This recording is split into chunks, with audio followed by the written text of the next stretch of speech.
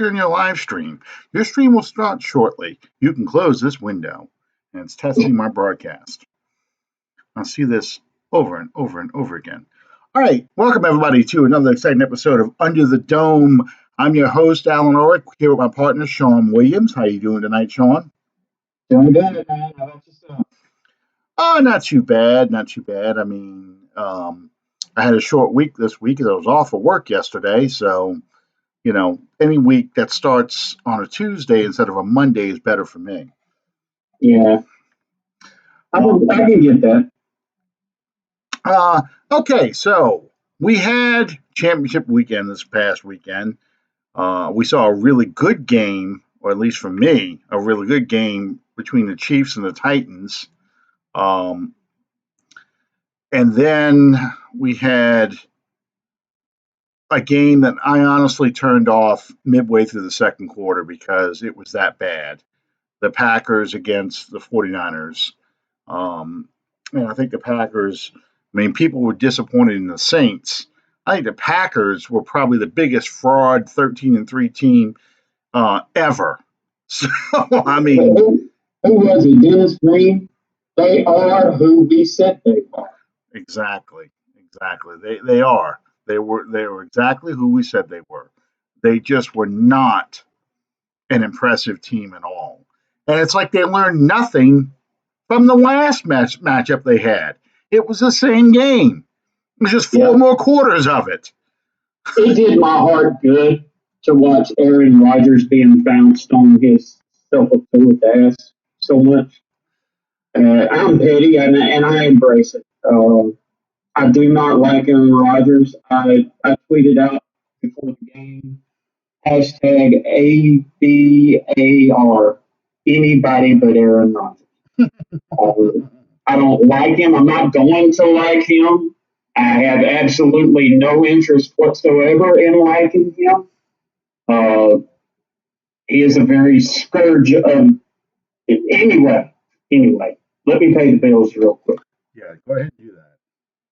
Thank you guys for joining us on the Dome tonight. We love to have you a part of what we do.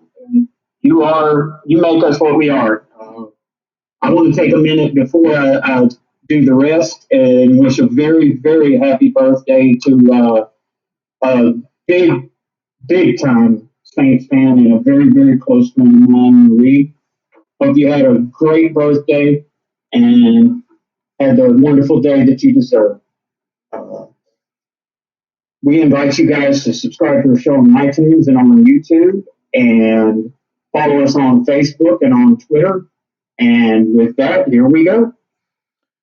Okay, so let's look at what happened in those games this weekend because I don't know if that's going to lead into the discussion I want to have. We talked about the quarterbacks last week. I want to talk about the running backs this week, specifically Alvin Kamara and Latavius Murray. Okay, so we saw the Titans got to the AFC Championship game from the 6th seed, no less. They got to that game on the legs and back of Derrick Henry, a huge monster running back. It was clear during the championship game the Chiefs were not going to let not let Henry get going.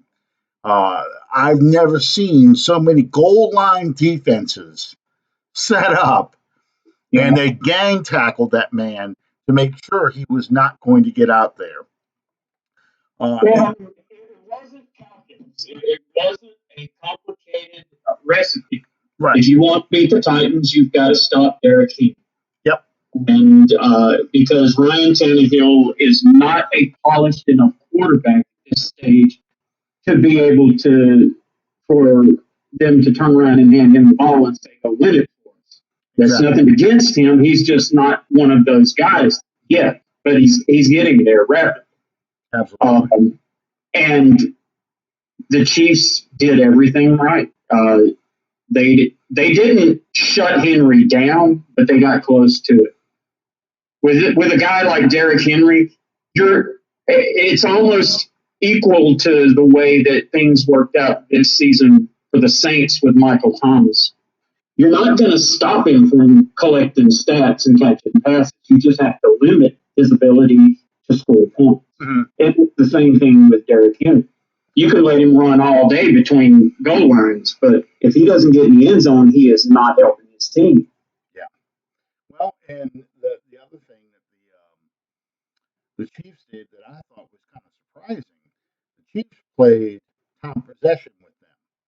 You know, the Titans had been winning by controlling the clock, keeping in the first game, keeping Tom Brady off the field. In the second game, keeping uh, Lamar Jackson off the field. But this time, the Chiefs kind of flipped the script and they did ball control, using the short pass as a running game, letting Mahomes run to pick up key first downs. It was just a lot of that was like a 7.5 minute drive they had in the third quarter, which really kind of put that game out of reach and put the pressure on Tannehill to play comeback. And I don't, I think Tannehill's got the receivers. I think he is a capable quarterback, but Tennessee's passing game. I don't mean to trivialize or minimalize what the Chiefs are doing, Mhm. or just kind of I don't know how to say what I'm thinking here, but it almost like Sunday, for example, the past two Sundays, as a matter of fact, it's almost like when the older brother plays the younger brother in that. You start the game, okay, get you some points, and then I'll start playing. Yeah. And it almost seems at times like they're just toying with the teams that they're playing. Yeah. I think that a team like San Francisco, if you start out slowly, like as per their past 2 weeks' performances, you wait until the second quarter to get started, you may have waited too long. Yeah. Because, the 49ers, and that, of course, will lead to the next game, next subject. The 49ers, of course, come off the bus running. They really do. Even Debo Samuel, their best receiver, is really a threat running the football, running those jet sweeps, getting those short West Coast offense kind of passes that really are like extended handoffs because he's got the size and the strength of a running back. He really does. And, you know, I think I saw that Garoppolo only threw 8 passes. Uh, I want to say in the second half, it might have been all game. Let me see something here. Um, let's see. 49ers versus Packers. All right. I want to go back and look and see what the stats were in that game because Garoppolo did not do much. I know his Mostert did most of the work. Yeah, I mean, when you can turn around and hand it to an unknown running back that Oh, has a kill list in his locker of all the different teams that cut him and told him he wasn't good enough to play, and to be on that stage and turn around and hand it to him for a record-setting and franchise record-setting day, like 220 yards, that mhm. it's hard to stop that. And all I've heard leading up to this game has been all these talking heads saying how great a team Green Bay has, the best defense that they've had with Aaron Rodgers. And I'm like, nope, not going to happen. Yeah. And Not gonna happen. Not gonna not happen. not today. You have your finger out when you say that. Yeah, Garoppolo only threw 8 passes. That is probably like the fewest passes I've seen in a postseason game since Super Bowl VIII, when Dan Marino, not Dan Marino, Bob Greasy threw 8 passes in the game. 6 of 8 was 77 yards. That was Jimmy Garoppolo, and I want to say probably the bulk of that passing was in the first half. Um, And I want to commend Troy Aikman on his research that he put into doing this game. Oh, The the comment that he made referring to Jimmy Graham's physical style of play, talking about how he's always been that way, even going back to his early career in Seattle. I was like, did he just say that? unless it involves the Cowboys, he doesn't know anything. So yeah. So anyway, my point is okay. So you had the San Francisco running back run for 220 yards and 4 touchdowns in that game. Um, all we've heard about, sorry, all we heard about all year is how the NFL is a passing league. You got to be able to throw the football around. And yet, we saw the Titans get to the championship game. We see the 49ers get to the Super Bowl really based on a running attack. The Ravens won 14 games really based on a rushing attack. Yes, they can all throw the football, but they're built around the run. So my question to you is, what what does that say about what the Saints want to do? What do you think? Do you think the Saints need to start focusing more on maybe getting another running back to have a three-headed monster like the 49ers have, or upgrade their offensive line more to road graders more than pass protectors? How do you see this? Do you see this as a trend, or is this something that it's just the way it happened this year? Well, we all know that the NFL is a copycat. Mm-hmm. What works this year is going to be the model going into training camp in the fall, and then things just kind of work out the way that they work out. In terms of the Saints, I don't really, as long as you have Drew Brees, you're going to have the necessity of the pass blockers. Uh, I don't really see them chasing the trend, Mm-hmm. so to speak, of the three-headed monster attack. You had arguably two of the better running backs in the league this year, and you didn't use them. So, Yeah. I mean, Kamara spent the majority of the season ineffective due to injury or whatever. Mm-hmm. Um, in the two games that he missed, if I'm not mistaken, the two games that he missed in the first half of the season Yeah. were the only two games this season that the Saints had a 100-yard rusher Yep. in Latavius Murray. Yeah. And for the life of me, I mean, I know that he gets paid more money than I do to make those decisions, but I cannot see why we didn't make better use of Latavius Murray and Alvin Kamara. It just makes no sense to me. Well, I pulled up the stats from this past year. Alvin Kamara had 171 carries for 797 yards and 5 touchdowns, a 4.7 yards per carry average. Latavius Murray had 146 carries for 637 yards, 5 touchdowns, a 4.4 average.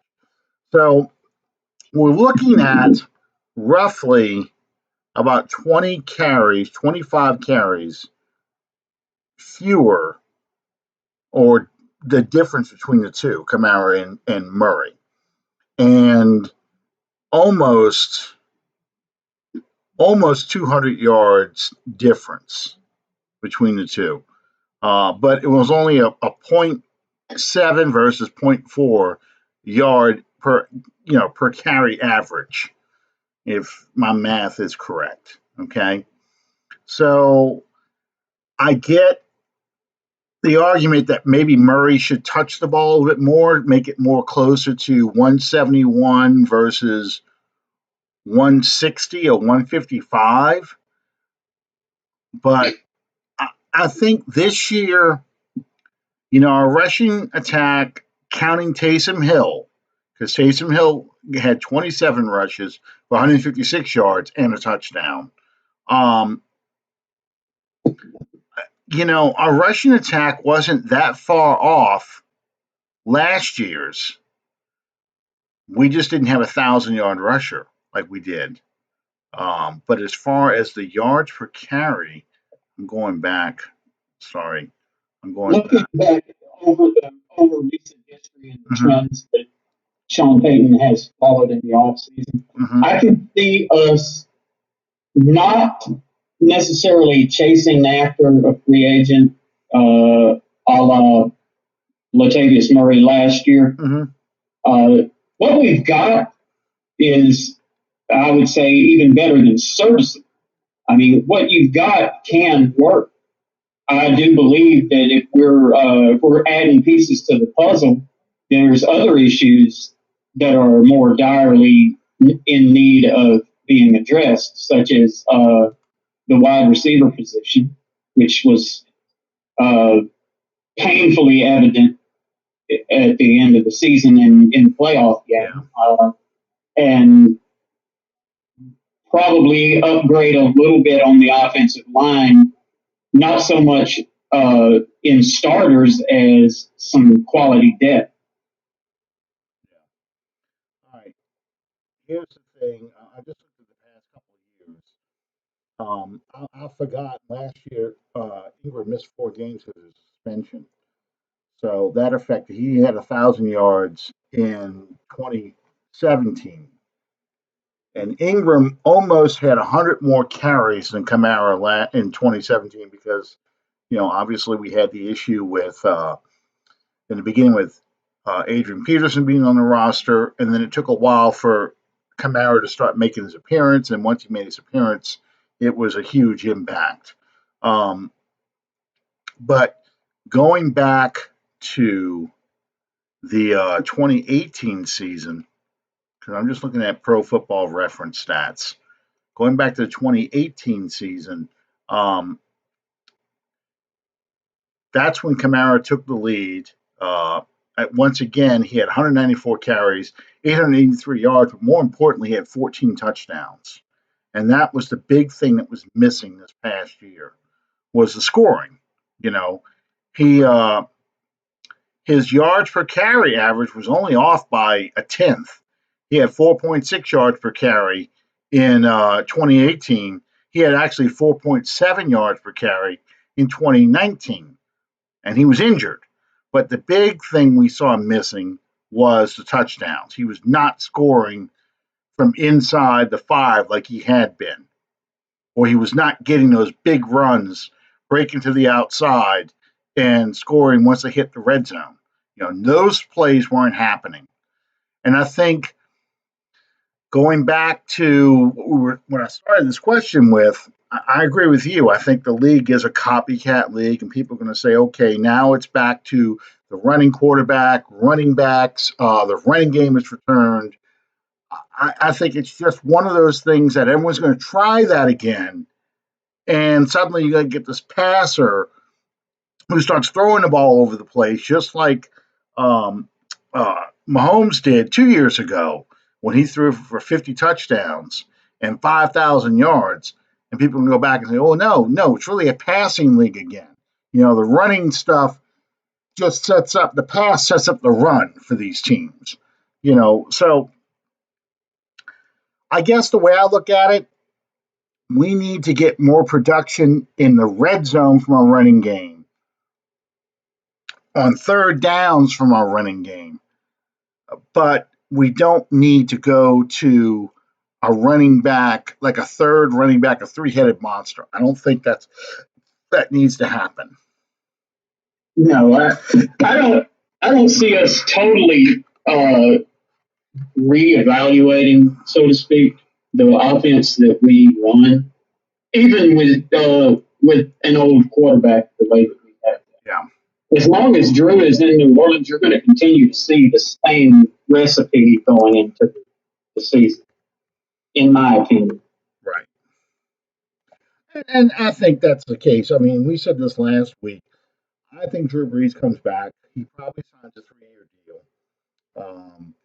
And we're going to once again try and build on the run, but we're also going to throw a lot of short passes in the traditional West Coast offense format where the slants, the swing routes, the wheel routes, all those pass patterns, essentially extended handoffs. Yeah. Um, so once again, a Which, running if back you like think about it, that's exactly what we have been doing Mhm, with exactly, Camaro, with Ingram, yeah. and to a very small extent, we tried that a little bit with Murray as well. Well, here's the thing. I think Kamara's injury really impacted him. I thought he had a long time to recover. I think his knee injury and more importantly, his ankle injuries were really affecting him because what we saw in 2017 and 2018 was he always made the first guy miss. So he could throw those little flare out patterns, and defensive lineman is jumping the route, jumps on top of Kamara, but Kamara just makes that guy slide off of him, and then he picks up a bunch of yards.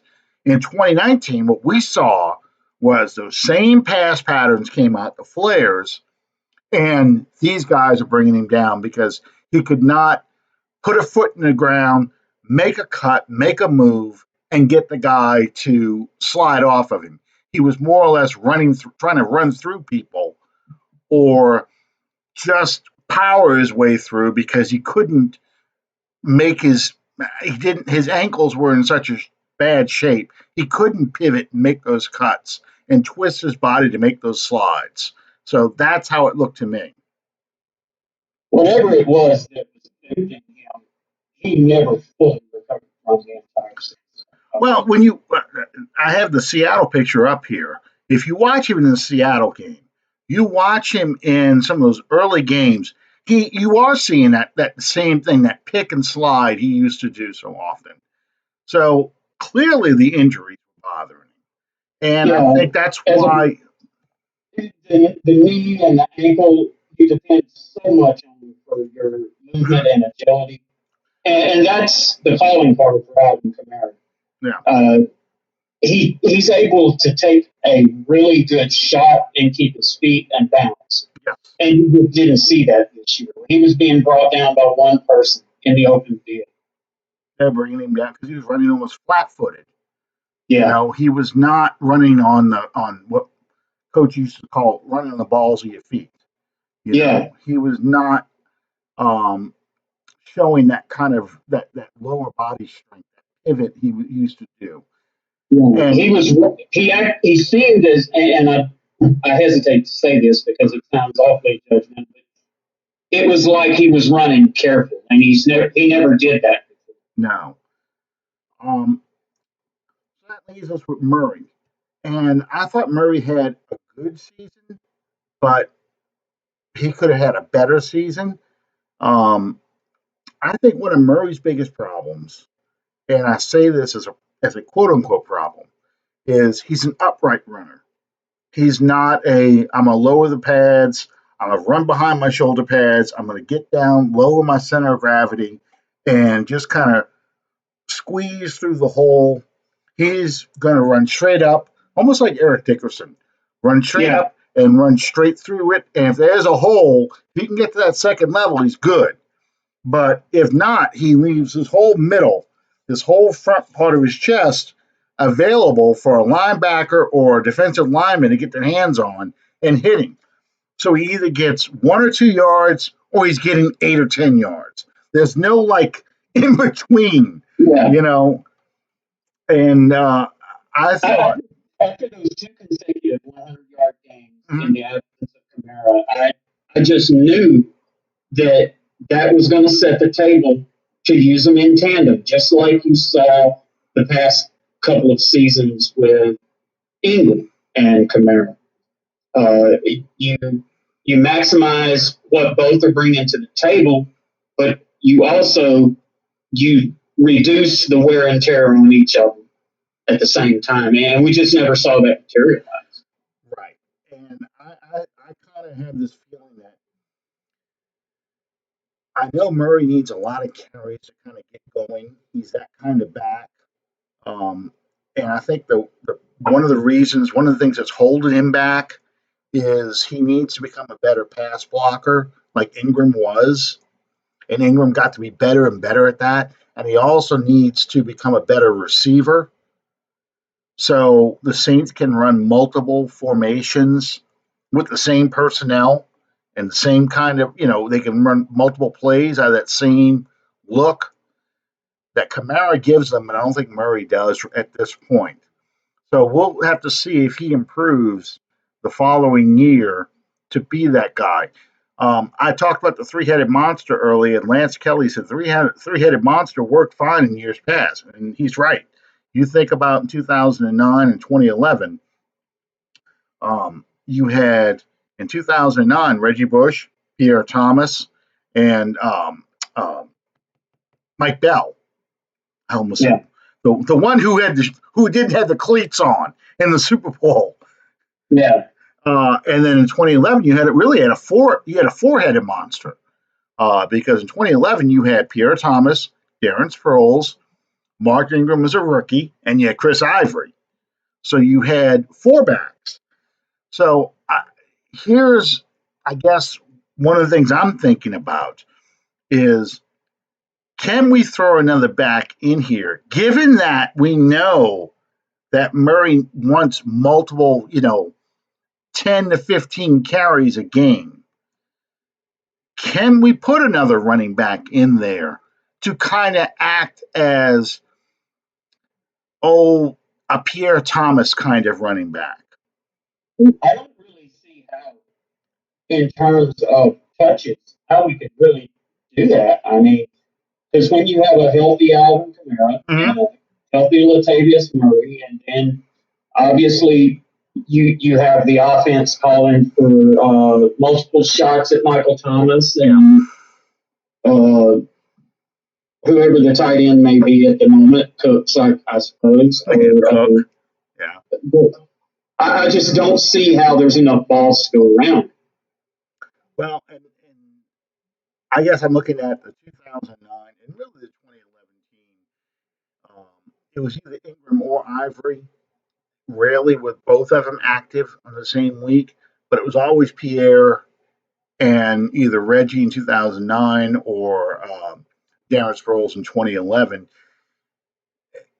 You might be reducing Kamara's touches, which people laughed at me when I talked about that in the beginning of the year. But if you kind of can save the wear and tear in Alvin Kamara, get a guy who can catch the ball and run, but run inside, lower his pads, a la Pierre Thomas, maybe that might be the missing piece. That third back you can kind of squeeze in there. It's going to take a lot of pressure off of Breeze, but I just think that that's a possibility. In addition, if this back, let's just say it's a back they draft, if this back shows good moves, does that put pressure on, or take pressure off and leverage away from Alvin Kamara, take pressure off the Saints when it comes time for contract negotiations? Well, we were talking about that before we went on air. This Alvin is going in to hit the final year of his rookie deal this season, which, if the past couple of years is any indication, as we saw with Michael Thomas, they'll likely re-up and re-sign him before camp starts, so that that's not looming over everything. Now, if there's any fly in the ointment as far as that goes, it will be the down year that he just had. But as I mentioned to you, us as talking people, we are not privy to knowing information such as just exactly how injured he was, how much pain he played in and played through during the course of the season. So that's not something that we're knowledgeable on. So we can't make that judgment. That's only for Peyton to make. Right, and don't get me wrong. I'm not trying to belittle Alvin Kamara. I'm not trying to push him out the door like Saints Twitter is right now, and some people on Saints Facebook. in the groups. I just, I honestly believe that less is more with Alvin Kamara. I know a lot of people expected at the beginning of the season a Christian McCaffrey kind of year out of Alvin Kamara. And I think the one of the issues you had right now is he's never been that every down back. Going even back to his college days at Tennessee and even in Alabama, he's always been a guy who has split carries. And I think we saw what happens if he gets overused. And it's tempting because he is so productive to keep feeding him the ball. But I think that's where we run into the thing with Murray that we were talking about this year. We weren't getting quite that even split or a good split between the two. You know, we were getting a lot of Kamara until he got hurt. Then we got some Murray. Then when Kamara came back, we were trying to give it more to Kamara again. And because of some of the things that we were talking about earlier with pass protection and so forth. Um, you know, I think we can get another back in there, maybe turn Murray into the closer. You know, this is we're going to start running Murray now. He's got fresh legs. It's the third and fourth quarter. We've got a lead. Now it's time to turn the closer loose, and we start getting those key first downs we weren't getting earlier to close out games, so we don't have to put our defense back out there. I don't know. That's just that. I just look at the way we use Mike Bell, and I thought he was a great closer in 2009. Yeah. I just, I don't really. Now, towards the end of the season, injuries began to pile up Mm, and take their toll. But I don't really, outside of needing that other guy catching passes besides Michael Thomas, hmm I don't really see a problem with the recipe that the Saints have been using. Well, and we're going to talk about this next week when we go into the offensive line. I think the the beginning and end of our problems really comes from the offensive line because when they play well and they block and they handle the opposing defensive line, we win every time. Every time. Um, we can run the ball at will. Breeze has all day to throw. It makes receivers like Keith Kirkwood and Austin Carr and Traquan Smith somewhat productive because Breeze has time to pick defenses apart. But what we have seen the past 3 years, especially in the playoffs, we saw the offensive line getting manhandled, and Breeze gets rushed because teams are like, we're going to shut down the offense from the center position. We're going to take out Breeze. If we can pressure Breeze and get him off the spot and make him throw before he's ready to throw, we can disrupt this whole offense. And the offensive line not blocking the way it's capable of blocking in playoff games. And I'm talking about look at the first half of that Minnesota game. They were dominating the Saints offensively. And I'm talking about the Minnesota game in 2017. They were dominating the Saints offensively until the line started blocking better. Then suddenly plays started happening. Breeze had time. He could start picking the defense apart. Same thing with 2018, opening playoff game, Eagles game. What happened in that game? The offensive line started getting pushed around and dominated, and it really took a fake punt.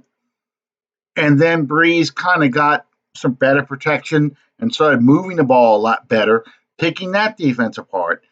The Rams were able to do what they were able to do because they were able to dominate our offensive line, especially in the middle with Aaron Donald and Sue being able to push that middle back into Breeze's face. I think that impacted that game. And then, of course, this past year, 2 weeks ago against, or 3 weeks ago now, against the Vikings, we saw they were able to get to Breeze right in his face, and even the tackles had problem. And once again, the offense couldn't produce. So it's just frustrating. It really is. And especially in a loser goes home Mhm. type setting, when you don't play well, it just it hurts. I mean, there was so much hope and expectation and anticipation, and it wasn't like the whole game came down to a play at the end, be it the no call or the Minneapolis Miracle. It was like you sat there for the entire game and just watched your team get their ass kicked because Well, they didn't raise their level of play. but but keep in mind, all three games, all three playoff losses, the Saints put themselves in position to win in every game, and two of them went to overtime. Um, so yeah, they kicked our ass, but at the same time, we were good enough to come back and make it go to the final play of every game. The final play of the 26-17 season was the Minneapolis Miracle. Final play of the 2018 season was the field goal, essentially in overtime. And the final play in this year was overtime, a touchdown pass to um, what's his name? The not was it Rudolph, Rudolph? Was it Rudolph? I couldn't remember yeah, which tight end it was. I just know. Rudolph, Yeah, uh, right. Yeah, it was Rudolph. It was Kyle Rudolph. but But if you think about it, you go back over the course of the season. Every time that we really needed to get a stop in mhm. pass defense, we did. Yeah, no. I'm not disagreeing with that. And of course, that's Anna mentioned it. She's waiting for when we get to the defensive line, which will be in a couple of weeks. Um, yeah, defensive line not getting a sack when we need it. The secondary not making the play when we needed to make the play. The linebacking core not stopping the run when we needed to stop the run. Imagine how much better we would have been able to play against the 49ers. They couldn't get, not the 49ers, the Vikings, they couldn't get Dalvin Cook going like Yeah, the 49ers did to him. They shut Dalvin Cook down and put the game on Kirk Cousins' shoulders, which is what we needed to do. And I'm sure that was the game plan, that we were going to do that. Make Kirk Cousins beat you because we were sure he couldn't do it. And I was sure he couldn't do it. And the same thing, we get that one first down in 2017, that one first down, it's 3rd and 2. We pick up that first down, Kamara gets stopped. We don't kick a field goal. We run the clock out. Yeah, the no call, okay? But the reason why we had to throw the ball in the no call is because we couldn't pick up enough yardage to get it to a 3rd and 2 or a 3rd and 3 where we didn't have to throw the ball. We could have run it again. Instead, we had to throw the ball because it's 3rd and 7. I think it was 3rd and 7, but it's 3rd and long because we couldn't get in close enough. So we had to settle for a field goal again. So yeah, that's all part and the parcel. thing have made a habit, especially in the end of the season and in the postseason, of living dangerously, Yeah, uh, playing down to the competition. well, keeping it Uh, close, keeping it yeah, close. yeah, instead of just rape the earth policy, we go out there and we play just good enough to score a few points, just good enough to be a few points ahead. And we keep allowing teams to stick around. Well, yeah, it's because um, we're almost trying to let the defense win the game for us instead of the offense just rolling somebody, and we give up bullshit yardage, garbage time. Like we did in Seattle, like we did against the Bears. We're not in 2009, except for the Vikings game, the NFC Championship game. I mean, we were rolling teams, right? Yeah. Yeah. We're rolling teams, and even in the 2011 playoffs, we rolled against the Lions. We really did. And then when we got to the 49ers game, we turned the ball over 5 times. We lose Pierre Thomas, and we still take the lead not once but twice in the final 4 minutes. And we couldn't close the deal. Okay, because once again, we score, but our defense can't hold it. And that's what's so frustrating. 2013 I'll put aside because 2013, Seattle, just playing in Seattle, it felt like we kept trying to move the ball and we would run the ball and we'd pass and we were doing things, but we weren't going anywhere. We would get from our 20 to about Seattle's 40, and it seemed like it took 10 plays to do that.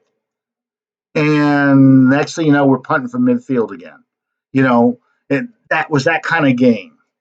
But those other games, the offense is doing enough, but the defense isn't holding up their end of the bargain. Yeah. So I think that you can divide defensively. You can divide this past season, and as you said, we'll get into this more in the coming weeks when we get to that position. You can divide the Saints' season on defense this year up into 2 parts. Before and after we lost Rankins and Davenport at the same time. Well, we got the Giants Eli Apple instead of the Saints Eli Apple. Yeah. Eli Apple suddenly became shit. Yes. I mean, for lack of a better term. And it started. I think that's a pretty accurate term. But yeah, I mean, he morphed into basically, I hate saying this, but he basically morphed into what's his name? He used to be number 20 for us. The cornerback. Crawley. He morphed into Ken Crawley with the pass interference calls and getting burned. It's I don't know what happened because and see the crazy thing is you're all pro Marshawn Lattimore. Mm-hmm. You see him and you even hear him refer to it in a post game interview about being more prepared to play. You see him almost as if he takes the approach of being able to flip the switch in a prime time in front of the nation game, and then the next week you play at noon on Sunday, and he kind of mails it in. Yeah, and that's not an effective model. I'd say going back to that Vikings 2019 wildcard game, if I pointed a finger of blame at underperforming, it would be at Marshawn Lattimore, Ryan Ramczyk, and Teron Armstead. Okay, those 3 guys really underperformed in that game. Yeah, Pete played like crap, and Warford struggled. Okay, that's a given, though. I'm not going to single those guys out because there's a lot of games where they played badly. But when you're counting on Lattimore to shut down Thielen, you're counting on Ramczyk and Armstead to protect the blind side. So, yeah, if they're going to rush the middle, we can start doing design rollouts and get to the outside where my all-pro guard tackles are, and they're not performing up to par. That's a problem. Yeah. And so that's who I'm more pissed off about than Pete and Warford, because, yeah, I expect those guys not to have a good game. But I expect those 3 players to have a great game. to make up for the bad game inside. I'm not happy that they're going to struggle, but I expect at least my good guys to stand up. It's like going to a game and Michael Thomas starts dropping passes left and right. I mean, now you're like going, what the hell? What do we do now? Because that's our guy. If you go across the front, you've got Terrell Armstead, Pete, McCoy, Warford, and Ramchick. And you can almost look over their body of work this year, and it was like good, poor, really good, poor, good. And when every other man is a weak link in the chain, you're not going to be able to do things consistently. Right. I could deal with being a right-handed team for a while. We're gonna run to the right now because we know Pete's gonna struggle. We can probably help out Warford, but we know Ramczyk is your best offensive lineman. So we're gonna run to the right. We'll run to that side and make them stop us because we know Ramczyk will shut down whoever he's playing because he shut down J.J. Watt. He shut down, just go down the list. But you didn't get that. What you got was Ramczyk devolving into, I'm going to pull a name out from the past, but Richard Cooper, or Armstead devolving into an aging Stan Brock from 1992. That's what you got in that game. And I know we're jumping way ahead, but that affects your running game. Zach Line retiring because he missed so many games with injuries, that affects your running game too, because now Zach Line, who that's what Murray really likes to run behind as a fullback, where the fullback goes through the A gap or the B gap, where the A gap is the space between the center and the guard, and the B gap is between the guard and the tackle. You get Zach Line going through there. He gets through that hole first, picks off the linebacker, and now you've got a nice open hole for Murray to go through. He can either break to the right or the left, depending on how his line takes out that linebacker. And man, he's now on the second level, and he's getting 8 and 10 yards of carry. That's what Zach Line did for Murray. And if you look at those games where he had 100 yards, look who's leading those blocks. You got to get a fullback. That's one thing we have to have if we want to run a power running game. At times, when you want to give the ball to Murray 20 and 25 times a game, that's what he needs. He needs that fullback in front of him. And that helps out that offensive line. If Pete misses his block, don't worry, his line's going to clean this dude up when he comes through the hole. So that's how I see that stuff. And I meant to bring up Zach Line earlier when we were talking about the running backs, but when we started talking about the rushing attack and becoming a right-handed team, I thought about him because him announcing his retirement, that's a huge hole to fill. It is. I'd like to steal that fullback from the 49ers. I don't think we'd be able to, but I'd love to steal that dude. Yeah, the actor. Yeah, what the hell is his name? It reads like an actor or something like that. Yeah, it reminds me of the old joke, the Polish guy. And I can say this joke, okay? The Polish guy looks at the eye chart and says, "Can you read that bottom line?" And he says, "Read it. I know that guy." Let's not alienate anyone. Hey, I can tell that joke. I got Polish in my family, so I can tell that joke. Anyway, okay, so we kind of talked about the running backs. We talked about the fullback. We even got into the offensive line a little bit. Calvin asked a question, and we're going to talk about Rankins and Davenport 2 weeks from now too, because I agree with you. I think missing those guys did impact us in the playoffs. But Calvin asked, do you think Peyton got gun shy from scoring a lot of points because he caught flack from supposedly running up the score? I don't think so, because I don't think that things like that really register to Sean Payton. I really don't. I don't either. I don't either. Because I if don't know where the disconnect is, but I don't think that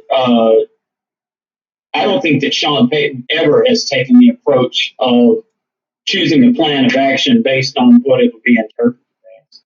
if you got a coach that starts mocking the skull chant, does a choking symbol to was it Coleman who's now Yep. at the 49ers? Yeah, does a choking symbol, talk smack back to a player, and that No, no. the choking thing was Freeman Was in it Atlanta. Freeman? Okay, Freeman in Atlanta.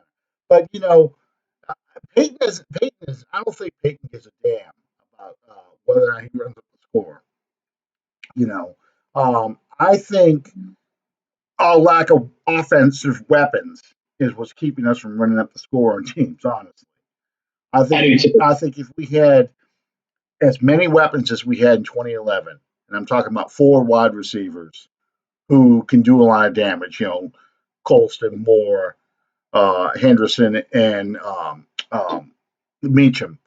Then you add three running backs who can do damage. And I'm going on the 2011 team with Sproles, Thomas, Ingram / Ivory. He's going to throw the ball, and then of course you throw Jimmy Graham in the mix.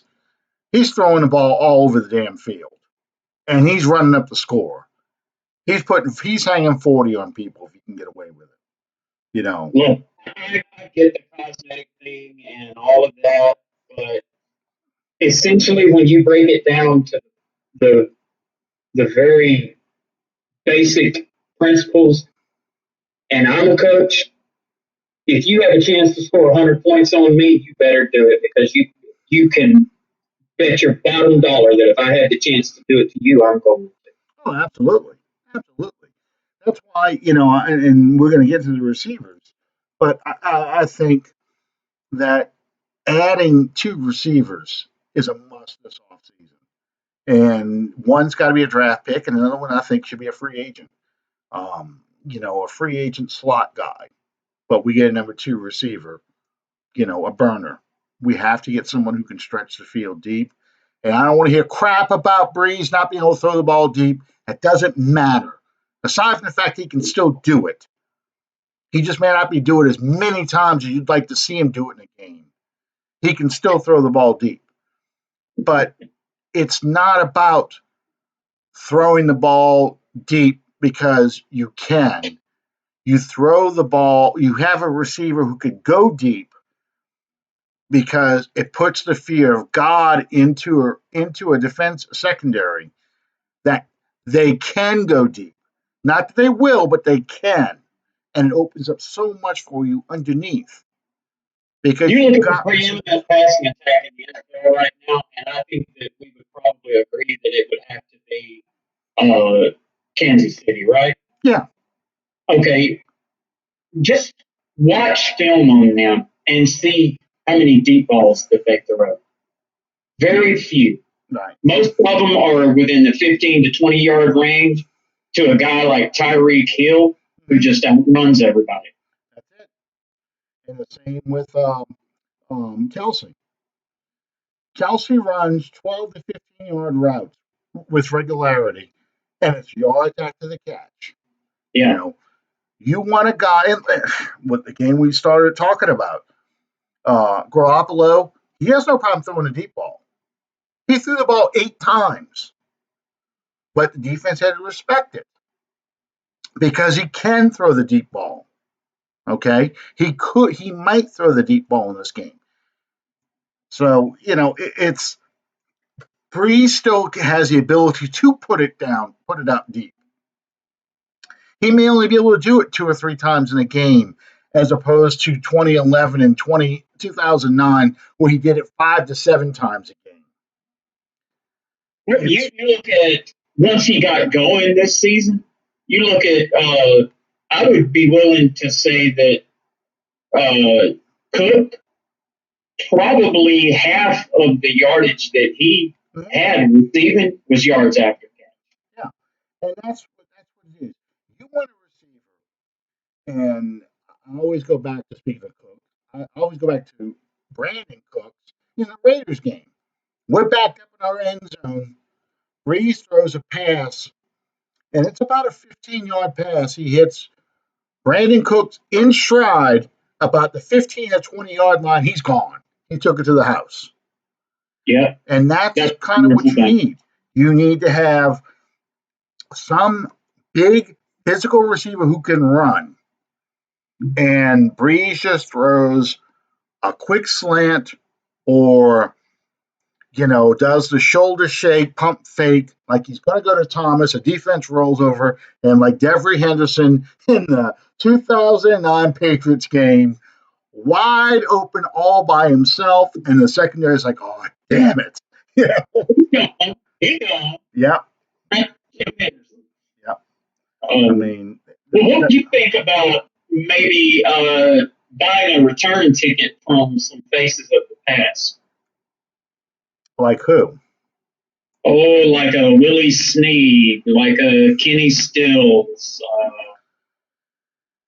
I don't know what that contract status is. I was kind of down on Kenny Stills because I never liked his attitude. His attitude always bothered me. Well, Kenny Stills' issue that got him out of New Orleans was his work ethic. Yeah. He didn't want to practice. He didn't want to participate in off-season conditioning programs and all of that. But you look now at like 6 years after that, where he's had to kind of go from team to team to earn a living. I wonder maybe if his approach isn't different because he had a really good year with Houston. Well, yeah. If you look what he did in Houston, clearly, he really opened that offense up. That's why I just can't see him. I would think Houston wants to hold on to him. Yeah, I can't see him letting him go. Jimmy Graham. The Packers don't know what to do with him. That's always a possibility. Now he's pretty much a tight end number 2, but he will be an interesting pair up with a guy like Cook because now you have two receiving tight ends who would put pressure on linebackers. And when we talk about the Super Bowl next week, I think Kelsey presents a tremendous challenge to the 49ers defense because look what Cook was doing with him until he got hurt. I think that zone defense struggles with tight ends who can go down the seam. I don't know if Graham can still do that anymore. It doesn't look like he can in Green Bay. So, bringing back some names from the past, it would be tough. It would be tough. Yeah. I would really like to get more of a handle on exactly what the status is with these guys that we've held on to, the Kirkwoods, the other guys that Traquan Smith, Austin Carr. I'm sorry, Austin Carr. Yeah, Austin Carr has been here since before Trump was elected. No, he got here in 2017. Because when that was the year that what's his name got suspended for DWI the first 4 games. The guy you just mentioned, he's over in Baltimore now. Snead got suspended. So I thought Carr was going to take his spot until Snead got back into the flow of things, and Carr never really did. So, why are we holding on to these guys? I think they think there's a Lance Moore in there somewhere, and I just don't see it yet. I haven't seen Traquan looks to be a talented young man. Now, there again, I don't know where the disconnect is and why he can't be a consistent contributor. And I can do the same thing for the Kirkwoods and the Cars, and they show up for one game and then you don't see them for another month and a half. Injuries hurt those guys with him, especially I mean, he just can't stay healthy. And then he only seems to show up for national games. Whenever Breeze is going to break a record, that's when Tre'Quan Smith plays his game. You know, I don't know. I really don't know. That's why I'm willing to give him one more year, but as number 4 guy, Yeah. not as a 2 or a 3. You know, you bring in a slot guy, and then you draft a number 2 receiver, somebody who's big and fast, and then you go from there. You know, that's it's going to be Thomas, whoever the new guy is, your free agent guy, and then let Smith, Carr, Kirkwood, all those guys battle for 4 and 5 because your 6 guy is going to be Harris, your kick returner. Yeah. You know, but you need to improve 2 and 3. You have to, and get a fullback. Well, you have to have a 2 or 3. Yeah, yeah. Which I don't really, I don't, cannot really say in all honesty that we had that this season. No, you didn't. The steady revolving door. No, you didn't. Ginn was shot because you got the full Ted Ginn experience. You got the first year, him looking like the receiver that people thought they would draft in Miami, thought they would draft in 2007. Then you get the injured one. Then in year 3, you get the maybe my hands will work today, maybe they won't guy. You know, you never got the speed threat that you thought you were getting with him ever again. You know, and Smith, you got some games that show up, some games I'm hurt, and the rest of them, throw them in a bag, shake it all up. It's the same basic guy. You know, that's why Thomas had 100, almost 150 receptions. And I agree. And that's why one of your, not, wait a minute, I drew a blank. Hang on. Not Michael Thomas, but one of your, after Thomas, one of your leading receivers was your backup quarterback. Yeah, well, that's why. Yeah, that's why Taysom Hill became what he became because you had nobody else, and that hurt Teddy Bridgewater too because now Teddy doesn't have that receiver. You know, and then we also saw that Cook got hurt, then Kamara got hurt. So that was part of the reason why the offense struggled as much as it did under Teddy Bridgewater in some games because he had no one else to throw to but Michael Thomas. So yeah, you've got to address that issue. You've got to improve with at least 2 receivers. Everybody acted so shocked that Minnesota put the clamps on Michael Thomas. And with me, it's a completely different concept. I'm not surprised that they did that. The only thing that surprises me was that it took 18 weeks for somebody to figure out how. Because nobody over the course of the season shut him down. Well, and that helped that the offensive line struggled because you give Breeze enough time, he's going to find somebody. He's going to throw enough passes. You'll get playoff Josh Hill. You'll get somebody who's going to catch these passes. You know, it may not be 10 passes to Ginn or Smith, but he's going to find somebody to throw the ball to. And they will catch 1 or 2 passes just to loosen up the coverage on Thomas. But yeah, it's when the offensive line stinks, and then you got the clamps on Michael Thomas, take away Breeze's safety valve, he's in a lot of trouble. And that's why the offense looked the way it did. The only reason why Taysom was able to get the yardage he got because he was an animal. He didn't give a rat's ass whether or not he got hurt. I mean, I'm watching him carry 3 Vikings players for additional yardage. You know, it's just if you're going to play that way, like every down's your last down, and you don't care what it does to your body, hey, yeah, that's great. That's tough to do. The only bad part to that is sooner or later, he's going to take that shot. Right. You can't and he'll never play again after that the way that he did. Well, like Archie, Danny Abramowitz told Archie Manning one time They ran the college option against the Oakland Raiders back in 1972. And they ran it 3 or 4 times, and they got the Raiders every time.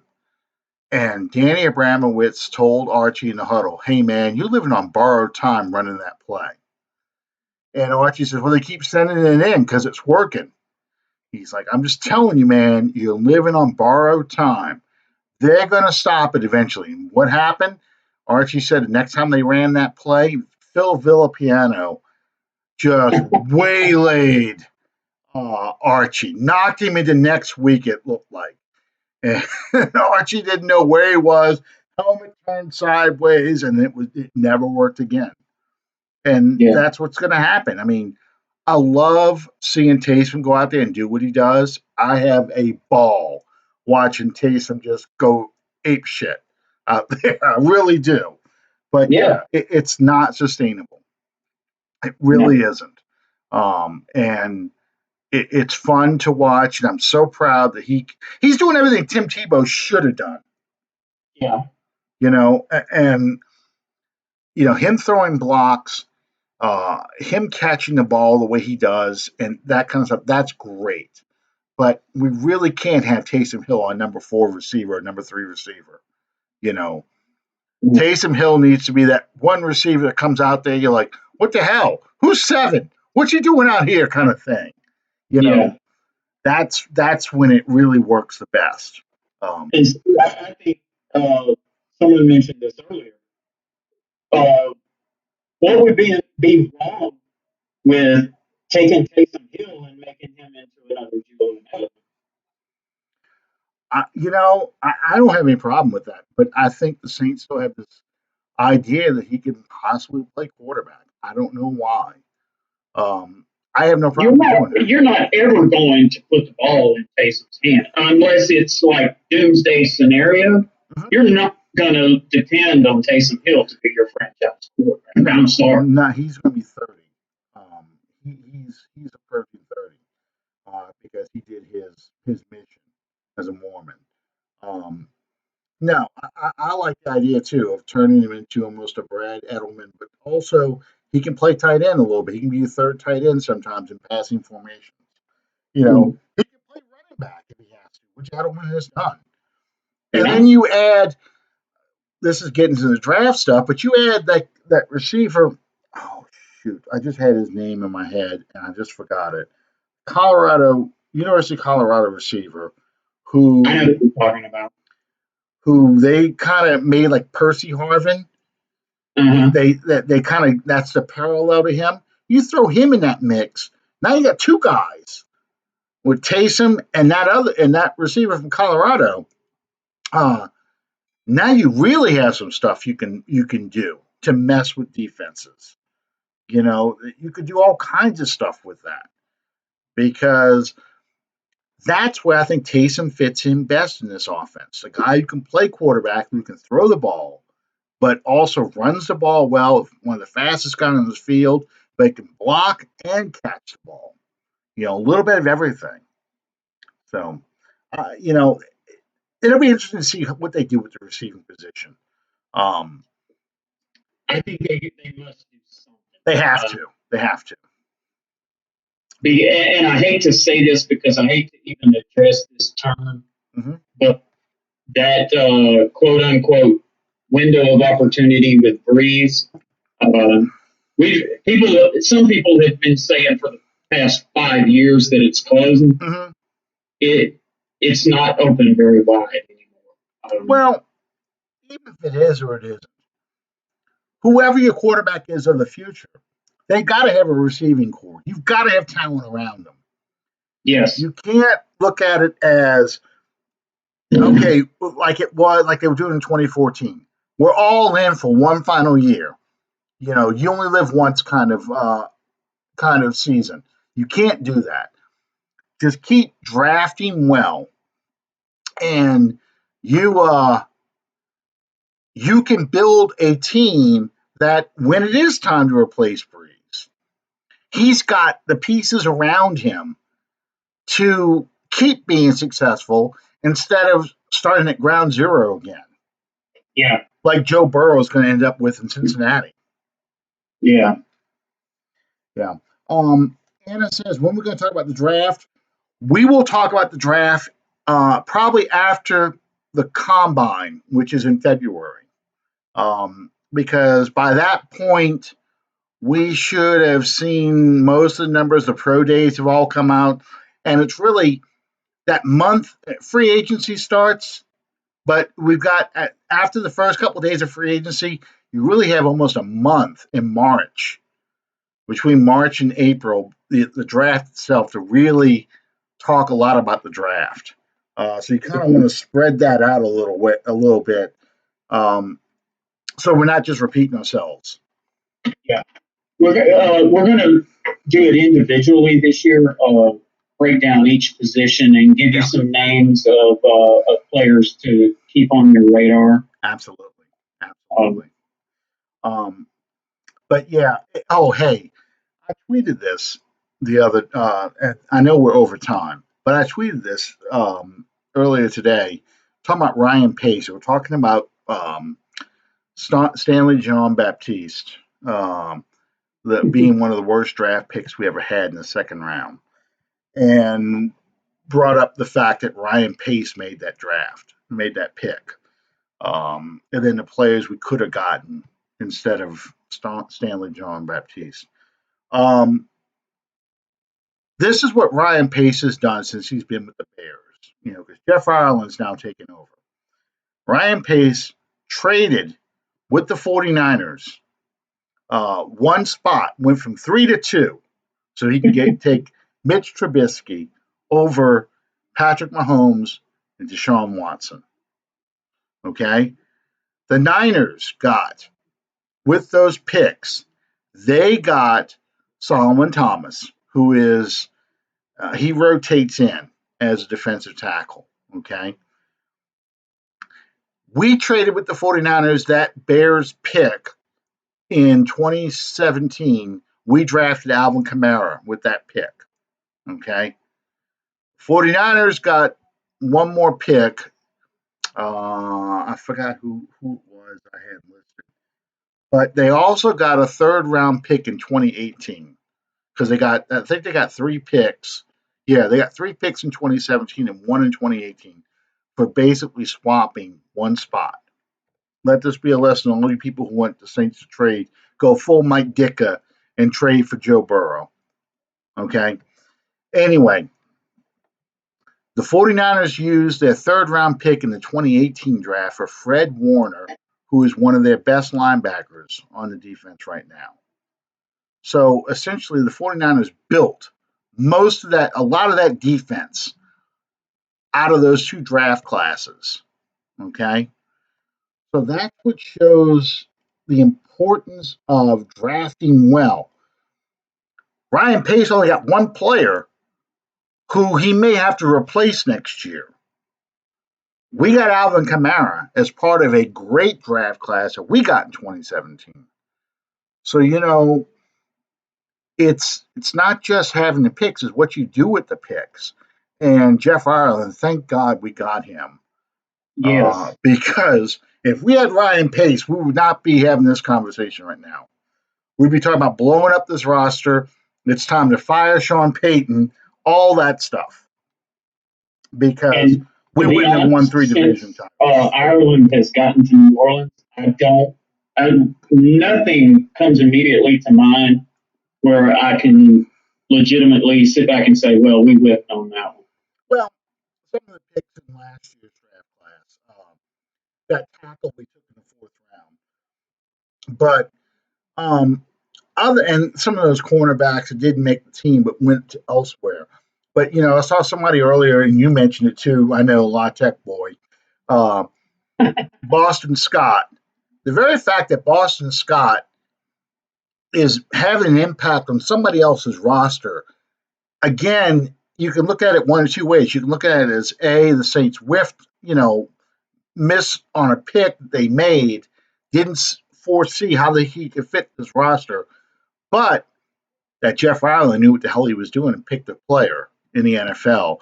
Unlike Pace. This way. Look at it realistically. You sitting there in a players meeting room, and you're looking at three guys. You can only keep two. Right. Realistically, Yeah. You got Boston Scott, Latavius Murray, and Alvin Kamara. Which two are you going to pick? Right. I don't blame the Saints for making the choice that they did. I wish that it would have worked out that we could have stashed him on the practice squad or something and where we could they have tried to do kept that. the rights to him. Yeah, they tried to do that, but I think that the Eagles signed him off the Saints practice squad. So yeah, it's just one of those things where that's good that you drafted somebody that found a home still in the NFL because you drafted well enough that you drafted a player who could still play in the NFL. You didn't draft a Stanley John Baptiste who couldn't find a home anywhere. You didn't draft let's just go down the list of draft busts. But I mean, uh, Jonathan Sullivan. You didn't draft Jonathan Sullivan in the first round again. You didn't draft these total waste of players that you look back at the draft classes from, let's just say 2013 to 2016. Um, the 14 and 15 classes really stand out as just horrible draft classes. You just did not get much worth out of that stuff, out of that class.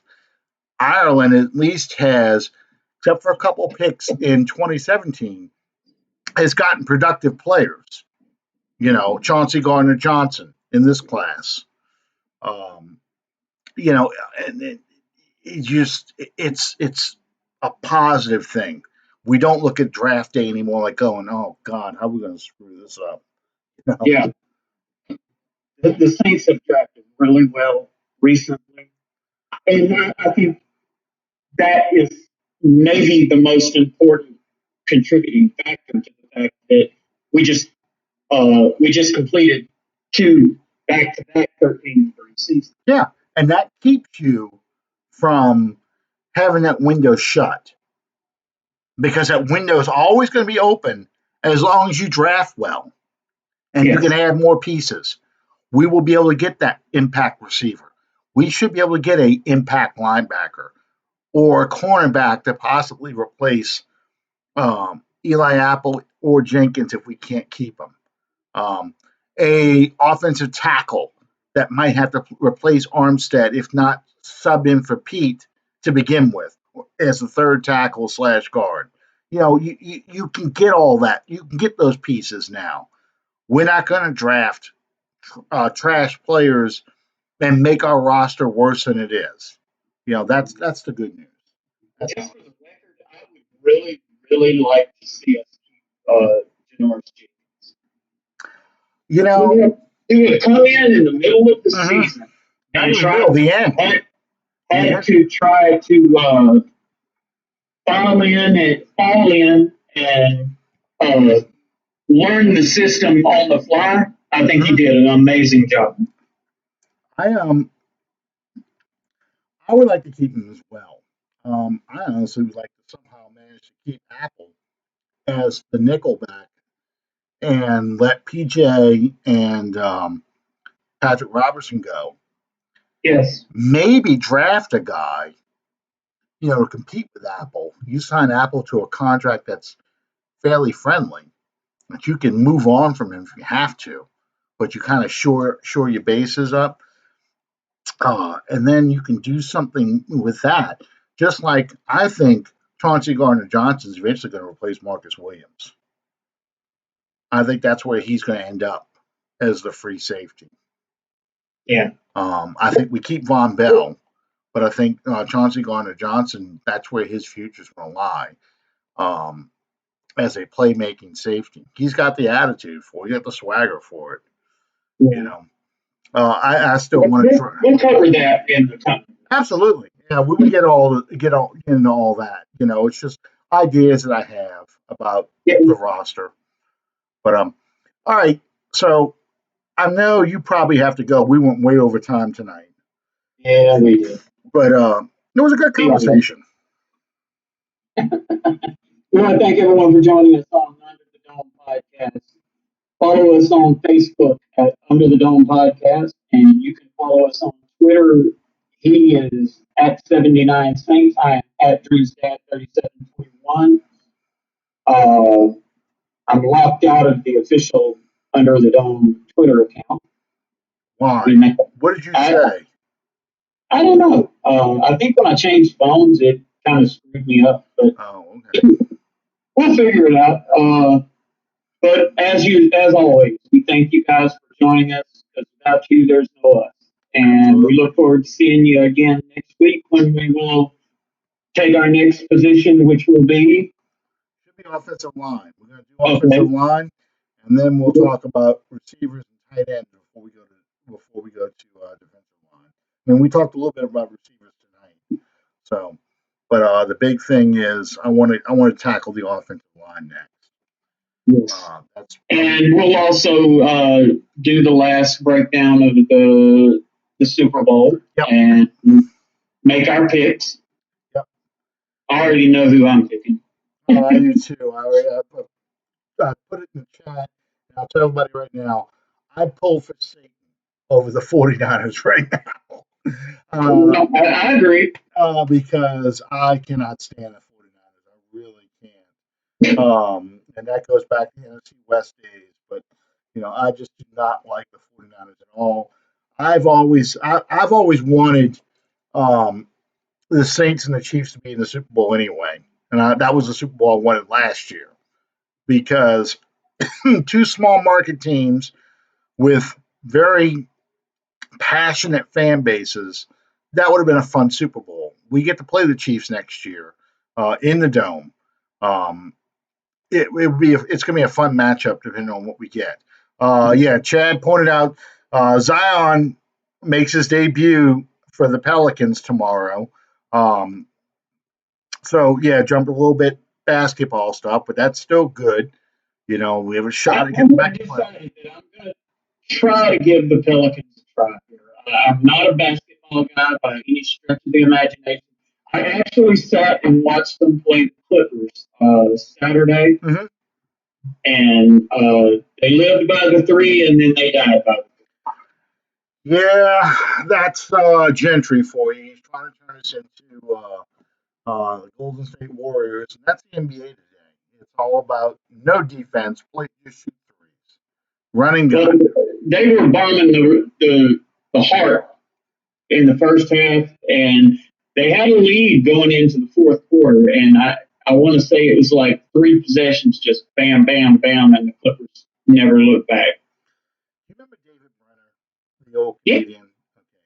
David Brenner had one of my all-time favorite jokes about basketball. Give each team 100 points and just let them play for 2 minutes. Because that's what it matters. I watched the All-Star game a few years ago, and they almost reached 200 points. Yeah. That's not an All-Star game. That's a shooter. That's exactly what it is. That's what people want to see. That's what the game is the way it